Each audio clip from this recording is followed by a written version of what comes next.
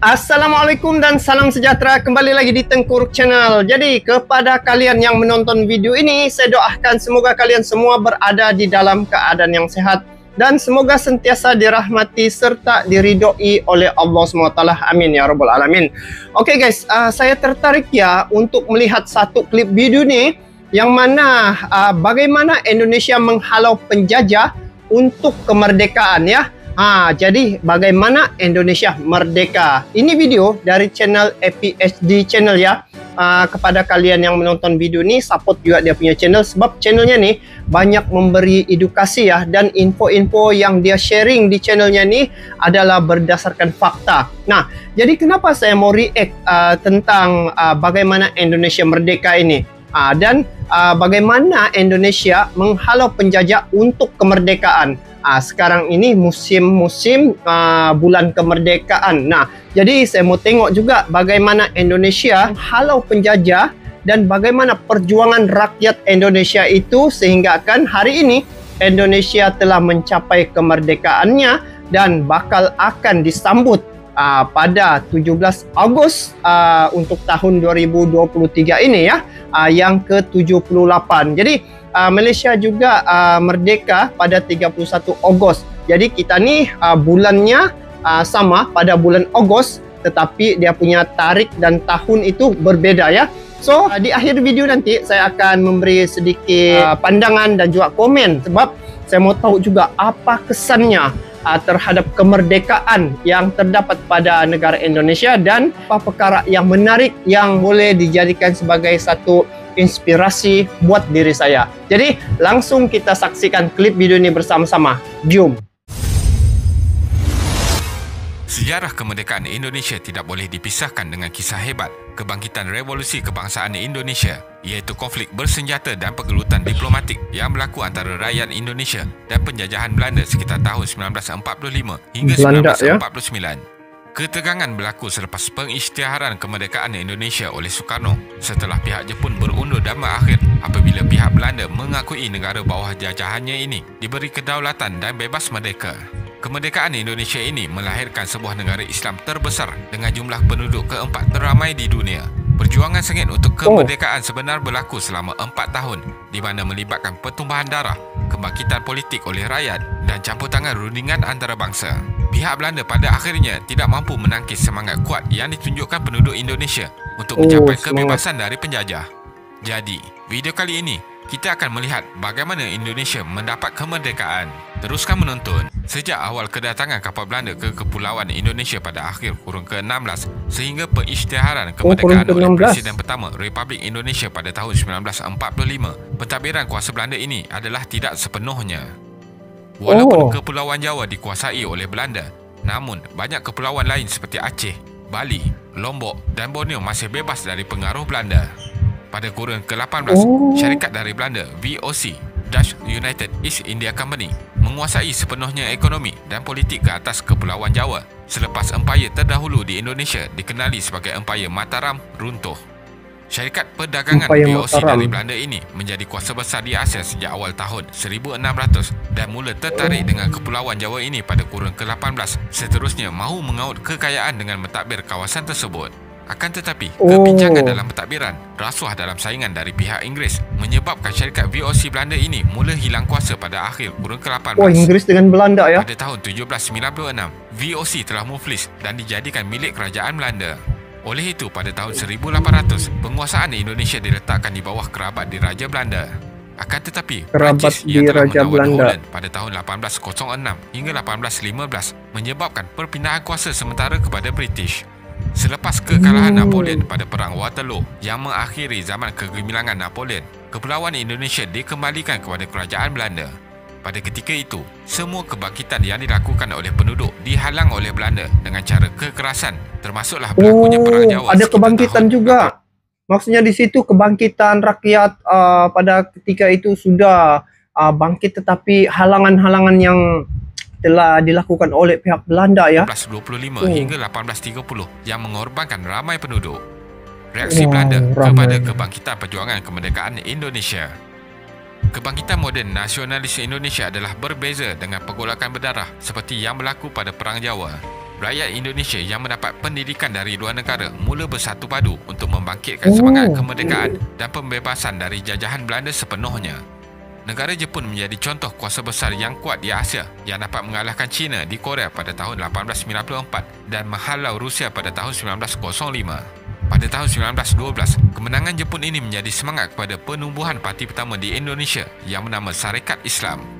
Ianya menjadi pergerakan besar-besaran melawan imperialisme dan berjaya mengumpul ahli seramai lebih 1,5 juta orang serta diakui penubuhan oleh kerajaan Belanda sendiri pada tahun 1913. Parti ini memperjuangkan hak pentadbiran oleh rakyat Indonesia sendiri dan hak untuk mengundi dalam pelbagai agensi pertubuhan di bawah pentadbiran Belanda. Dalam pada masa yang sama, penubuhan kerajaan Indonesia yang bebas dari jajahan juga diperjuangkan.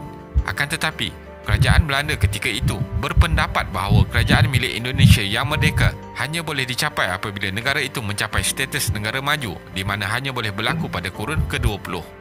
Permintaan politik rakyat Indonesia diambil kira oleh pihak Belanda yang akhirnya membenarkan pentadbiran oleh rakyat Indonesia di kampung-kampung dan Dewan Masyarakat bermula yang di mana kampung-kampung. pemilihan dibuat berdasarkan undian.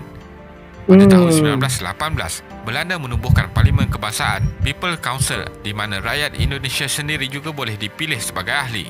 Ianya mempunyai fungsi menasihat kepada badan eksekutif yang dianggotai oleh Gubernur, di mana mempunyai kuasa membuat keputusan akhir. Berbeza dengan penjajahan cara Inggeris di India, pihak Belanda amat sukar untuk melantik rakyat Indonesia untuk memegang jawatan walaupun di peringkat yang paling rendah. Pada tahun 1920-an, lebih banyak parti politik yang terbentuk seperti Partai Komunis Indonesia (PKI) dan Partai Nasional Indonesia (PNI).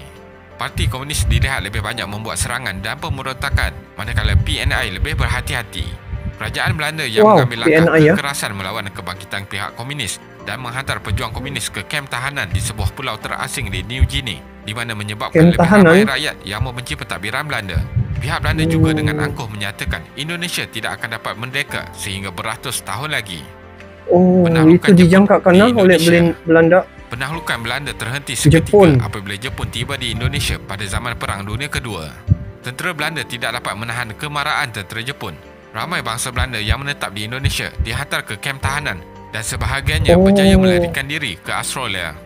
Rakyat Indonesia diberikan peluang untuk menggantikan jawatan kerajaan yang sebelum ini ditadbir oleh Belanda. Pada permulaan kedatangan Jepun, rakyat Indonesia menganggap ianya peluang untuk membebaskan dari jajahan Belanda. Akan tetapi, rakyat terpaksa hidup dalam kesusahan dan kekurangan makanan serta barangan keperluan. Penduduk Indonesia juga dipaksa menjadi pekerja suruhan Jepun, Romusha, dan dikerahkan melakukan pelbagai kerja berat di Kepulauan Jawa. Terdapat juga rakyat Indonesia yang diberikan peluang pekerjaan di dalam sektor pentadbiran dengan diberikan latihan, pendidikan serta pendedahan tentang suara politik. Ianya sedikit sebanyak telah melengkapkan pemimpin nasional untuk berjuang ke arah kemerdekaan. Beberapa bulan sebelum berakhirnya penaklukan Jepun di Indonesia, pihak Jepun telah memberikan sokongan penuh untuk perjuangan kemerdekaan berlaku di Indonesia. Kebangkitan pemimpin nasionalis dimulakan oleh Sukarno dan Muhammad Hatta yang membentuk satu pasukan tentera yang mendapat bekalan senjata Jepun dengan harapan Jepun akan berjaya menakluki Asia selepas itu. Setelah kekalahan Perang Dunia Kedua dan Jepun meninggalkan Indonesia, pihak Belanda yang mempunyai kekuatan ekonomi lebih besar mahu kembali mentadbir Indonesia kerana merasakan rakyat di Indonesia memerlukan mereka kembali. Pemimpin nasionalis Sukarno yang memimpin parti PNI mengisytiharkan kemerdekaan Indonesia pada 17 Ogos 1945, iaitu 2 hari selepas Jepun menyerah kalah dalam Perang Dunia Kedua.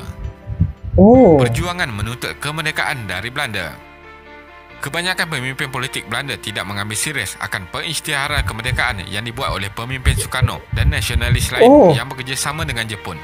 Belanda yang juga baru dibebaskan oleh cengkaman Jerman pada tahun 1945 mahu mengembalikan kegemilangan di Asia. Belanda tanpa Indonesia akan menyebabkan status ekonomi negara Belanda di peringkat antarabangsa jatuh merudum. Pihak Belanda mahu menggulingkan pemimpin Sukarno dan nasionalis yang lain secepat mungkin. Pihak Belanda menganggap sejumlah besar rakyat Indonesia masih menyokong mereka. Penjajah lain seperti Inggeris yang menghalau Jepun keluar dari negara lain di Asia Tenggara pula memberi kerjasama yang baik dengan negara jajahan untuk mencapai kemerdekaan. Akibat kedegilan dan kekerasan pihak Belanda dengan penduduk Indonesia, perang tercetus selama 4 tahun sebelum rakyat Indonesia berjaya menghalau sepenuhnya Belanda keluar. Peperangan Indonesia dengan Belanda 1945 hingga 1949. Pada masa yang sama, Belanda mendapat tekanan dari pihak British dan Amerika untuk berunding dengan pemimpin nasionalis Republik Indonesia bagi mewujudkan satu kesatuan Belanda Indonesia di mana tiada Belanda kemerdekaan Indonesia sepenuhnya dan syarikat-syarikat serta tanah milik Belanda akan dilindungi dari dirampas. Ini menjadikan penjajahan bentuk baru bagi Republik Indonesia ketika itu. Ianya bertujuan bagi membentuk satu pentadbiran pro-Belanda dan menghalang sebarang perjuangan radikal. Namun, dalam masa rundingan berlaku, tentera Belanda dihantar bagi melawan pemimpin nasionalis Indonesia dan penduduk tempatan. Lebih daripada 97,000 pejuang dan penduduk tempatan yang mati dalam pertempuran untuk mendapatkan kemerdekaan ini. Disebabkan perang di Indonesia dan juga Perang Dunia Kedua yang baru berakhir, Belanda banyak mengharapkan bantuan kewangan dari pihak Amerika. Walaupun begitu, pihak Amerika dilihat menyokong kedua belah pihak, iaitu Republik Indonesia dan juga Kerajaan Belanda. Belanda yang bimbang bantuan daripada Amerika Syarikat akan dihentikan dan tentera Belanda melancarkan misi Operation Product yang berlangsung pada 21 Julai hingga 4 Ogos 1947 untuk merampas kawasan di Jawa dan Sumatera yang penuh dengan ladang, kilang dan pelabuhan. Akan tetapi, media antarabangsa melihat ini sebagai satu kekejaman pihak Belanda. Kuasa Eropah pada ketika itu sudah jauh ditinggalkan kuasa besar seperti USSR dan Amerika. Pada tahun 1948, Kerajaan Belanda di Indonesia melancarkan serangan di perkampungan Madiun melawan puak komunis pro-Soekarno-Hatta. Ini menunjukkan komunis kembali menguatkan kuasa di dalam Republik Indonesia. Mereka mahu menyokong rakyat Republik Indonesia menentang pergerakan komunis ini dan mula menyokong ke arah kemerdekaan penuh di Indonesia serta memberi bantuan kewangan kepada Republik itu. Namun, Belanda masih mahu mencuba kali terakhir dan menggunakan kekerasan bagi mengambil Republik Indonesia. Pada 19 Disember 1948, Operation Crow di mana pasukan ketenteraan Belanda dikerahkan untuk menguasai bandar-bandar penting di Jawa dan Sumatera. Bandar Yogyakarta yang menjadi ibu negara pemimpin nasionalis Republik Indonesia dirampas dan pemimpin-pemimpin termasuk Soekarno dipenjarakan. Akan tetapi, ini tidak bermakna Belanda berjaya mencapai kemenangan kerana pemimpin nasionalis mula melancarkan perang gerila untuk melawan pihak Belanda. Sampai di penjara ya. Akhirnya, pihak Amerika memberi tekanan terhadap Belanda dan mengugut mahu menarik balik bantuan kewangan yang diberikan. Ini bermakna berakhirnya aktiviti ketenteraan pihak Belanda di Indonesia. Rundingan baru diadakan pada tahun 1949 dan pada 27 Disember 1949, kedaulatan Republik Indonesia diberikan sepenuhnya oleh Belanda. Bagi memberi pampasan terhadap sekutunya Belanda, Amerika Syarikat memberi tekanan terhadap Republik Indonesia untuk membayar hutang kepada Belanda bermula dari zaman penaklukan Jepun. Dari tahun 1950 hingga 1956, Indonesia telah membayar sejumlah kira-kira 16 bilion euro kepada Belanda, di mana merupakan bebanan kewangan yang berat kepada Republik Indonesia yang baru saja mencapai kemerdekaan. Pada tahun 1960-an, ekonomi Indonesia terus jatuh kerana hutang dan inflasi, sementara ekspor pula menurun. Presiden Soekarno dilihat tidak berniat untuk merancang ekonomi dengan baik dan tidak mahu bekerjasama dengan pihak Barat, bahkan lebih berminat dengan politik bersama negara China dan Moskow. Akhirnya, pada tahun 1965, era pentadbiran pro-komunis Soekarno berakhir dan beliau digulingkan oleh Soeharto. Kesimpulannya, kemerdekaan yang disambut oleh rakyat Indonesia pada 17 Ogos 1945 setiap tahun dibayar dengan pengorbanan yang sangat tinggi untuk menghalau penjajahan Belanda selama 350 tahun. Ketibaan kuasa Eropah ke Asia demi mengejar hasil kekayaan bumi telah banyak memberi kesan dan mencorakkan sejarah kebanyakan negara di Asia dengan penguasaan politik dan ekonomi. Namun sekarang, negara Indonesia sudah dapat setanding dengan negara Barat dan mencapai kekuatan ekonomi yang stabil serta menanti untuk menjadi kuasa besar dunia yang baru. Terima kasih kerana menonton dan jangan lupa subscribe. Jumpa lagi. Begitu ya sejarah penguasaan dan juga penjajahan ya di Indonesia. Saya tengok di sini ya jasa dan juga pengorbanan orang-orang terdahulu, pejuang-pejuang untuk kemerdekaan Indonesia ini cukup ramai ya yang terkorban, dan akhirnya sekarang ini Indonesia telah mencapai kemerdekaannya. Dan perjuangan itu tidak mudah ya, sehingga membayar hutang kepada kepada Belanda begitu tadi. Motif penjajahan ini adalah untuk menguat keuntungan. Sebab Indonesia kan dia sangat kaya sumber daya alamnya, sehingga saat ini dari dulu sampai sekarang kekayaan sumber daya alam di Indonesia itu masih cukup banyak ya. Jadi itulah motif penjajah-penjajah dulu untuk menjajah bukan saja di sekitar di Pulau Jawa, tetapi keseluruhan di Indonesia itu. Dorang mau keuntungan begitu. Nah, jadi intinya di sini pengorbanan orang-orang terdahulu, pejuang-pejuang ya negara Indonesia terdahulu cukup ramai ya yang terkorban. Jadi apa yang saya nampak ya, kesan daripada kemerdekaan itu. Hari ini saya tengok rakyat Indonesia begitu bersatu padu ya. Tidak kira walau apa juga etnik, suku, ras, kaum dan juga apa-apa bangsa, mereka ini bersatu ya dari Sabang sampai ke Maroke. Itulah yang saya nampak, kekuatan rasa nasionalisme mereka ini dipupuk dari kecil sampai besar guys. Itu dorang punya kekuatan di situ, rasa nasionalisme itu. Dan mereka ini setelah merdeka ya, mereka tidak ada membeza-bezakan ya, daripada ini suku apa. Jadi dorang ini satu negara menggunakan satu bahasa Indonesia. Jadi dari situ saya nampak juga dengan menggunakan bahasa itu lagi kukuh dia punya perpaduan. Dan yang saya tertarik ya pada kemerdekaan Indonesia ini, hasil daripada kemerdekaan sampai saat ini yang saya tengok ya, mereka betul-betul menghargai ya kemerdekaan itu, sehingga kan apa-apa yang menyentuh tentang soal kedaulatan negara mereka cukup sensitif, betul-betul memperjuangkan, tidak kira bangsa apa, suku apa, etnik apa, ras apa, tetapi mereka bersatu hati mempertahankan kedaulatan itu. Itu yang saya rasa begitu tertarik pada sikap nasionalisme rakyat Indonesia itu. Nah, itulah sampai kami pun datang ke Indonesia melihat sendiri ya bagaimana orang Indonesia ketika menyambut hari kemerdekaan tahun lepas adalah datang sana. Jadi sebenarnya itulah yang saya tertarik, Indonesia merdeka itu, karena saya mau melihat kesan itu pada hari ini yang kita tengok sekarang ini. Mungkin kalian lagi memahami kan yang ada di Indonesia. Jadi bagi saya mana yang perkara-perkara yang boleh mendatangkan kesepahaman, kerukunan dan juga kesatuan, itulah menjadi satu kekuatan untuk mana-mana negara. Jadi Indonesia telah membuktikan bahwa kesatuan mereka itu membuatkan mereka menjadi kuat, hebat, dan juga hari ini Indonesia dari segi ekonomi sudah bertambah maju ya. Apatah lagi Indonesia membuat hilirisasi dengan hubungan diplomatik yang baik dengan negara-negara asing. Indonesia banyak ya pelabur-pelabur asing masuk untuk membuat investasi di Indonesia. Nah, sebenarnya banyak perkara yang saya rasa tertarik pada negara Indonesia nih guys. Tetapi insya Allah di video-video akan datang saya akan kupas ataupun sharing kepada kalian ya.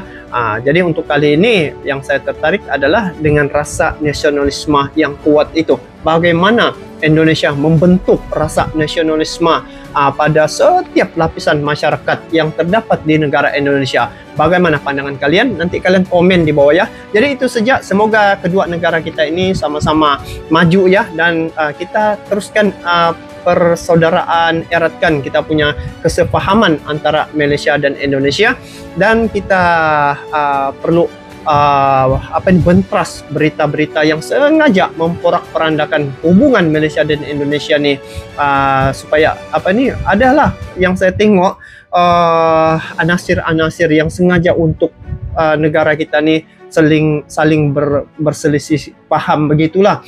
Tapi apapun, semoga dengan pentadbiran baru negara Malaysia ini ya, dipimpin oleh Anwar Ibrahim yang begitu mengenali ya, saya kira dia lebih mesra dengan Indonesia. Semoga hubungan kedua negara kita ini lagi bertambah erat begitu. Nah, jadi guys, itu saja. Jangan lupa juga untuk support ini channel APHD ya, karena di dalam channelnya ini sangat banyak memberi edukasi kepada kita semua. Jadi sampai jumpa lagi. Assalamualaikum warahmatullahi wabarakatuh.